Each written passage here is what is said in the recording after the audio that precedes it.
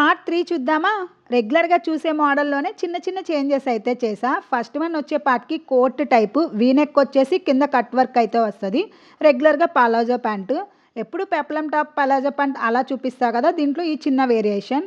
Next one వచ్చే పార్ట్‌కి blouse పీస్‌తో ఇలా ఫ్రాక్ అయితే డిజైన్ చేశాను. ఫ్రంట్‌కి, బ్యాక్‌కి వేరియేషన్ కోసం చిన్న బౌ అయితే అటాచ్ చేశా. ఎప్పుడు పైనే చూపిస్తున్నా అసలు లోపల ఎలా లైనింగ్ అటాచ్ చేస్తాను అనేది చూసేయండి.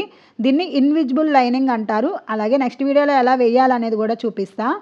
థర్డ్ వన్ వచ్చేపాటికి ఈ ఫ్రాక్ చాలా సింపుల్‌గా కనిపిస్తది. బట్ వేసుకుంటే లుక్ చాలా బావుంటది. ఈ ఫ్రాక్‌లో హైలైట్ వచ్చేపాటికి డీప్ నెక్ అయితే పెట్టేసి బ్యాక్ సైడ్ ఇలా ఎలాస్టిక్‌తో క్లాత్ అయితే అటాచ్ చేస్తాము.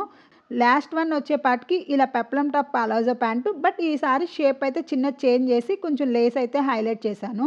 దీంట్లో రెగ్యులర్ పలాజో ప్యాంటే వస్తది.